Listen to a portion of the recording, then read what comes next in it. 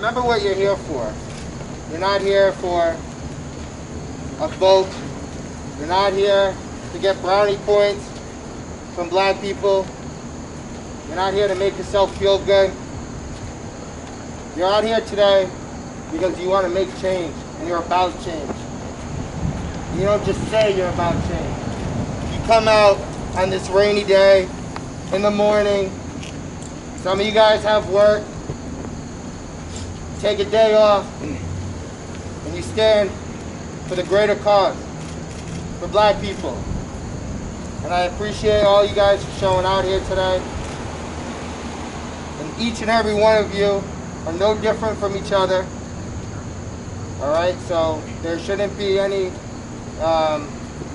hierarchy, because we're all the same. We're all fighting for the same cause. That's right. And I truly appreciate everybody showing out here today to support and chant.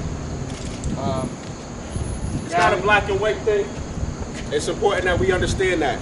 This is not about color. It's about right and wrong. It's about good and evil. And I would hope that the good, decent people in our country, like you, ladies and gentlemen, are willing to stand up and face the giant Goliath head on, like I would as well. Conversely, for any other cause that needed my help and my assistance. And like I said, we're fighting not just the fight of our day, but this is the fight of our lifetime. This fight will never end, you see? Because we was expecting those in the positions of power to eventually give into the humanity that we all have, we ended up in this position because it's evident that it's not possible for a certain sect of people. It's ingrained in our society. They cannot give into the humanity. They cannot empathize with something that they do not understand. The victimizer can never empathize with the victim.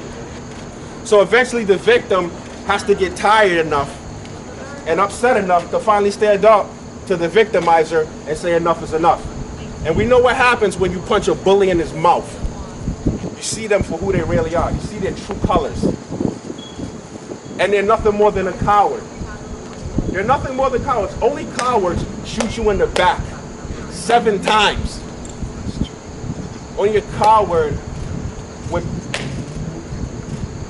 carelessly and effortlessly need the whole weight of his body on your neck and slowly watch the spirit and life leave your body with glee, casually, with his hands in his pocket.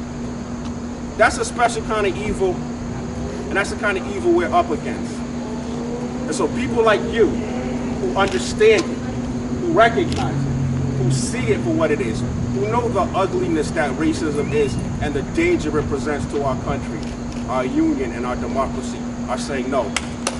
This country is worth fighting for.